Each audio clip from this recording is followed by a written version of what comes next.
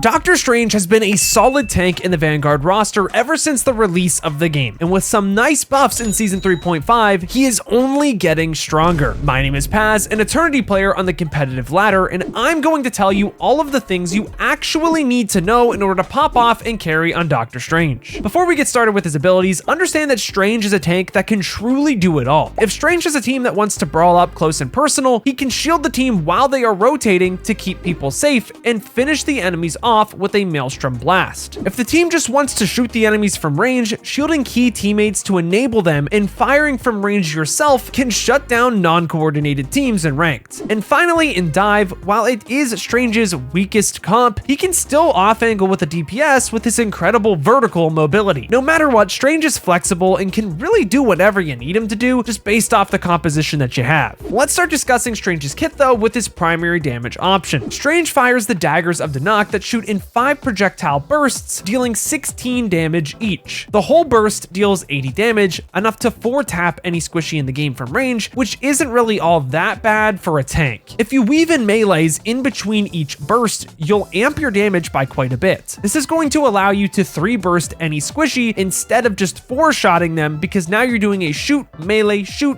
shoot combo. The Daggers received a buff this season too, with Strange having 10 bursts instead of 8, before having to reload, allowing you to be much more active. You can also melee to reload quicker than normal too, which is nice. From 10 meters away, you do run into Farallah with the Daggers that stop at 20 meters away, where you're going to be dealing 62.5% of normal damage. From 30 meters away, your dagger will straight up just disintegrate from the air too before they deal damage, so it can be pretty annoying to deal with. Make sure you're at least 30 meters away from your targets. Because the daggers are projectiles, you're also going to have to lead your shot a bit from range, and in Strange's case, aim to the right of your target with the way the daggers spin in the air before converging together. Outside of dealing damage, the daggers also build up the darkness meter that is below your crosshair. This is important to understand once we talk about the next ability in Strange's kit. In general, Strange uses his damage to either build darkness or pressure targets off of off angles that are within his range. The big mistake is that people hold Strange's shield too much and miss out on tons of damage with the character that they could be doing. So don't be afraid to get active and get the job done from time to time. Let's move on to that darkness damage though and discuss what the meter actually does and what it's used for. In other words, his Maelstrom of Madness. Whenever Strange does damage with his daggers, a meter builds below his reticle from 0 all the way up to 100. For each point of darkness that he has, he can later release a blast every 8 seconds that deals 1.2 damage per point in darkness that he has in an 8-meter radius around him. Keep in mind that Falloff begins 5 meters away from him, capping at 8 meters, where at that 8 meters mark, you're going to be doing 70% of normal damage. So 10 points of darkness deals 12 damage to all enemies in a 5-meter radius of Doctor Strange. A full bar of darkness deals 120 damage, which is pretty hefty, all things considered. Sometimes a full bar can be bad though. When Strange gets a full 100 bar of darkness, he has 2 seconds to release it, or else he will inflict a 100% anti-heal debuff on himself that lasts for 3 seconds. In other words, if you don't release the darkness fast enough, you're cooked, since the enemy team will be able to push in on you and just blow you up shortly thereafter. Because the ability is on an 8-second cooldown, it is very easy to build too much darkness too fast, especially in fights where a bunch of enemies are clumped together. This is because the daggers are not the only thing that builds darkness, your melee does too. For 10 charge each target it hits, and since it can cleave multiple targets at once, you can kind of see why it's really easy to build darkness fast. Outside of the possible negatives of the ability, how should you really be using your darkness blasts? There are 2 combos to note here, and it all comes down to understanding that one dagger volley generates 17 darkness and the whip generates 10. First, there is a shoot whip shoot blast combo that will one-shot a 250 HP target if you have at least 50 darkness charge. This combo will also eliminate a target if they have 275 HP if you have around 71 darkness to blast. The second combo comes into play with your ultimate. Before looking to cast your ultimate, sometimes you can play to build some darkness charge so that once you hit the ultimate, you can quickly take down a bunch of stunned targets. If you go into the ultimate with at least 61 charge on your darkness, you'll deal enough damage then with an alt shoot melee blast combo to take down any 275 HP target before they gain access to their character again. You won't always use your ultimate in this way, and we will discuss that later, but it is important to keep in mind so that you really know all of the things that you have at your disposal on Strange. Remember that with the Darkness Blast, Strange isn't all about doing as much damage as you possibly can can at all times, but rather it's about comboing the darkness together so that you can confirm key picks where the enemy is disrespecting your damage potential. Sometimes it's better to do no damage at all and just wait so that you can remain active in the fight so that you don't anti-heal yourself. And that is actually a really interesting gameplay loop for tank in my opinion. So while you're looking to halt your damage, that's when you're going to pull out your shield, so let's talk about that next. Bound to right click by default, Strange wields the Shield of Seraphim that can be held up infinitely at will and takes 800 damage before it breaks. When the shield is stowed away, it recovers at a rate of 70 health per second, taking more than 10 seconds for a full charge. The recharge also doesn't happen right away, it happens after 1 second, so you don't want to be spamming your shield all of the time if you're trying to replenish shield health. A lot of the skill that goes into getting the most out of shield is knowing how you can avoid taking damage in the first place so that you don't have to waste your shield. Doctor Strange is all about rotating from natural cover to natural cover so that you can be as conservative as possible with the shield and avoid using it selfishly. Many lower level Strange players rely on the shield to survive, causing it to break early, losing you the fight in the long run. After all, it is very difficult to win the fight if the enemy Strange has a full HP shield and you don't. But what are things you should block versus things you shouldn't block? The things that go without saying are ultimates that can take out your team, or more importantly, are aimed at your support ultimates. For example, Iron Man and Magneto are ultimates you always need to look to block with your shield. When you know the enemies have these online, make sure to keep an eye on where your friendly supports are so that you can keep them alive. If they fall, you pretty much just lose the fight and arguably the game if they wasted a support ult as well. Just make sure that you don't put your shield up too early because then the enemy team will focus it, causing it to break before the Magneto ult gets tossed. Hela's ultimate can also be completely countered by your shield if you fly in the air and just shield in her face, chillin' there. Just keep in mind, your team will be weak to any enemy that's on the ground, but you know, I think it's a decent trade-off to make sure that Hela doesn't just two-tap your squishies. Neutral things you're gonna wanna block are heavy burst damage that could take your team out quickly, like Hawkeye and Hela, and sometimes even Phoenix if she's taking a very aggressive off angle. All of these characters can quickly take out your team, but here's the catch, they don't actually do a great job of breaking your shield because they don't have great sustained damage potential. On the contrary, your approach to a character like Punisher is very different. You don't really want to put your shield in his face, since he's going to break the shield quickly. But the other thing is that he won't actually be able to take you out quickly unless he's in his ultimate. Instead, it is sometimes better to just face tank the damage from the Punisher with your health bar, since you're likely just going to get healed right after anyways, giving your supports ultimate charge in the process while saving the shield for key interactions later in the fight. The shield doesn't only have defensive properties either, it can also be used aggressively. When an enemy Luna Snow uses their ultimate, you can actually use the shield to cut off healing from the rest of her team, allowing your team to possibly find a pick on someone that is out of position and isn't getting healed. It's really hard to pull off in ranked, but when it does happen, it does win you fights. And also, it doesn't even have to be in support ultimates as well. If a tank is pushed up too far forward, you can still cut off healing from the rest of his team. My final tip for Doctor Strange's shield, and really just in general, is to please not turn around when the enemy is diving your team. Even if your teammates are getting dove, it's not really your job to deal with that. Nothing is worse than a Strange turning around and trying to peel and then letting another 5 targets from main just walk down and kill your entire team. Your off tank or third support or DPS is meant to peel in these situations, not you as Strange. Make sure the front line is not just going to walk past you. Let's move on to the ability that really defines Strange as a staple character in the game though, with his portal. Upon pressing F by default, Strange announces to everyone in the lobby, "I am opening a portal." Hopefully that is a pretty good impersonation. Let's be honest, it was kind of bad. Just cut it. Move on. Then you will get a prompt to reposition the first portal by pressing left click. If you don't want to do that, you can just keep pressing W and you'll move on to placing the second portal. In this case, the game will assume that you want the portal entrance for the team to be right in front of Strange. After this, you will get the prompt to placing the second portal where you can then go anywhere on the map. This isn't everything you need to know about the portal though. The portals have 2 sides so that there is a perfect loop of sorts. The first portal is in the perspective of you looking at the portal as you are going to walk into it, where the second portal is placed with where you will end up after you walk through the portal. It is important to understand this because the portals also have 2 sides to them, where the back of the first will go out the back of the second one. I know it sounds confusing, but once you play around with it, it's actually pretty intuitive. There are 3 ways ways that you're going to want to use the portal: to go back to spawn fast in order to contest a point, to block off the enemies from contesting points, or to set up plays with either your ultimate or a teammate's ultimate. The most common way to use the portal is to get back from spawn to contest. Typically, you'll have a teammate switch to Strange really fast and begin conjuring a portal back. Some things to note though is that the moment you press the portal, it goes on a 3-minute cooldown, so there's no going back here. Also, the portal stays up for only 20 seconds after it is placed, so make sure that your team is ready to go through it and that no one's spawn is going to be too long to the point where they're not going to get back in time, specifically when it comes to overtime spawns. How you place your portal for the recontest depends on a lot of different things, like your team comp and where they're going to get the most use out of the location. If you have poke characters that like to off angle, if you have the time, you can place the portal in the sky to give them the edge on an enemy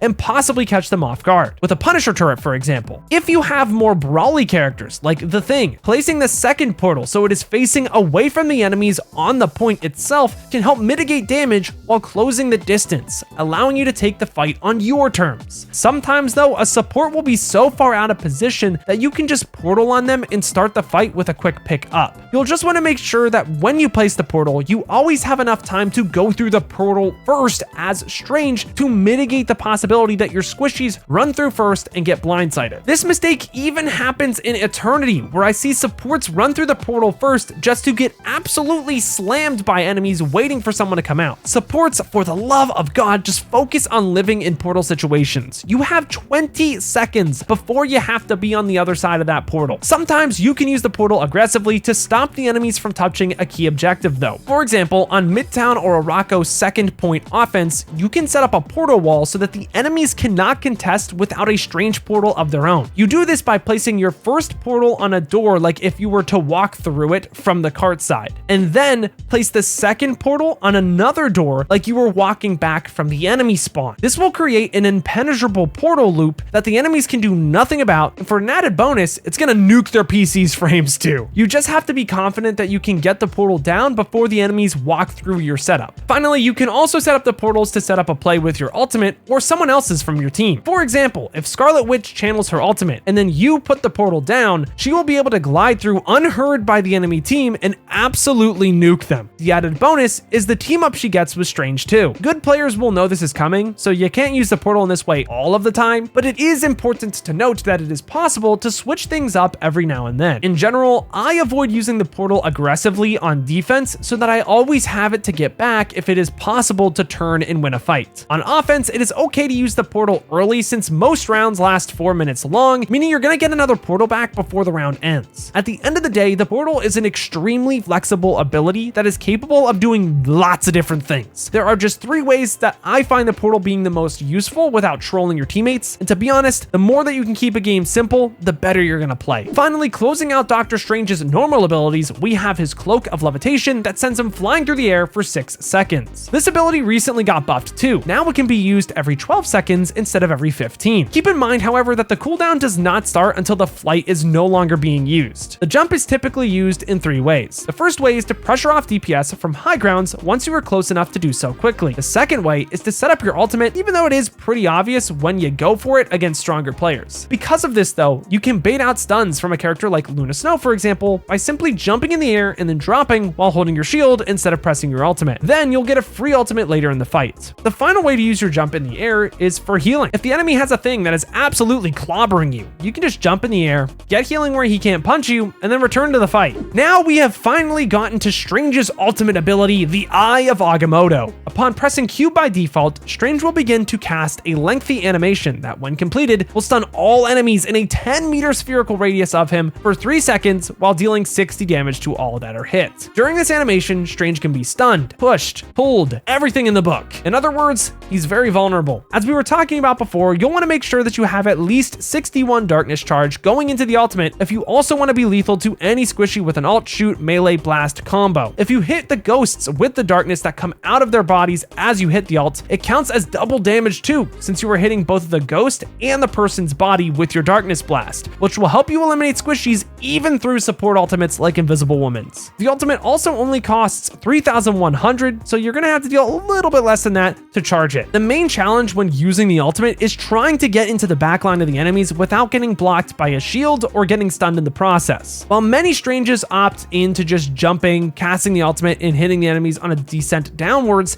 it is actually super obvious when you go for this play. Instead, looking to set up before a fight, starting on a flank or on a high ground, and dropping on your enemies like you are Batman is much more consistent. And yes, I know DC, Marvel, we just forget about it. You get the idea.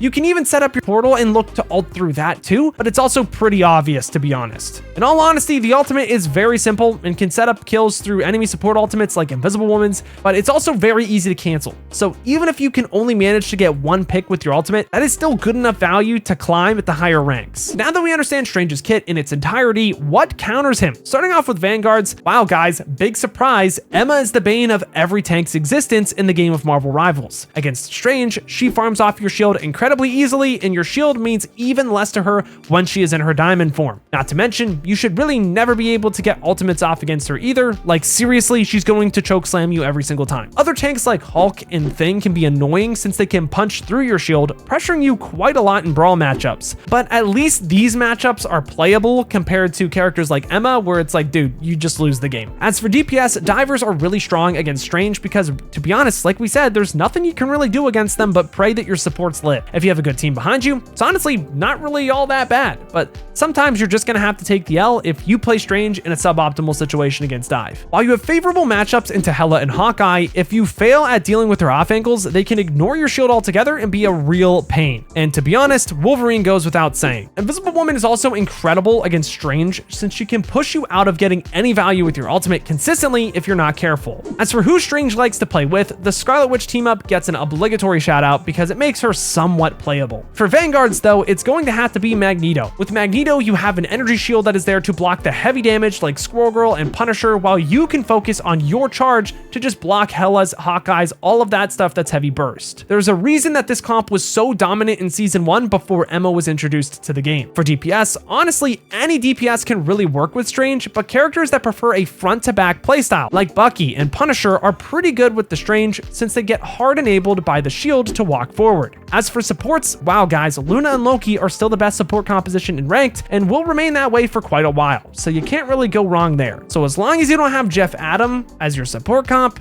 you're probably okay to play Strange. Now that we understand Doctor Strange's kit and the people he likes and does not like to have in the game with him, let's apply what we've learned to 3 different VODs. So for the VODs today, guys, we're going to be looking at Vespa. He plays for FlyQuest alongside Energy. That I swear, we use Energy's VODs in almost every single one of the DPS guides, and there's a lot to learn from what Vess is doing on the Strange here. So at first, you know, the team is struggling.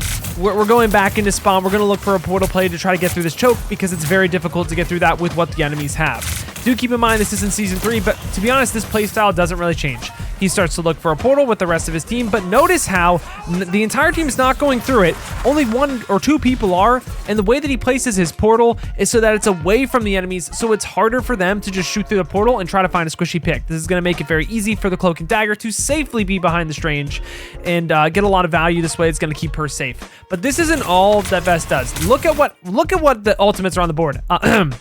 Literally all 12 of them. So this is a very interesting fight. We have to make sure that our Phoenix on the red team gets a bigger ult than the enemy Phoenix does. And the way that Vess actually goes about making sure that this ult is pretty massive here, gets a lot done, is we're going to look at how he uses his ultimate. Look, he uses his ultimate here when the Luna Snow ult is up because he knows the other Luna Snow is behind him, which is going to force out the ultimate. It's easier to see from this perspective why he's doing the things he's doing. Look, that Luna Snow on the blue side is not an ult right now. He hits an ult. It's going to force her to use ult because she knows she's going to die if she doesn't use ult here.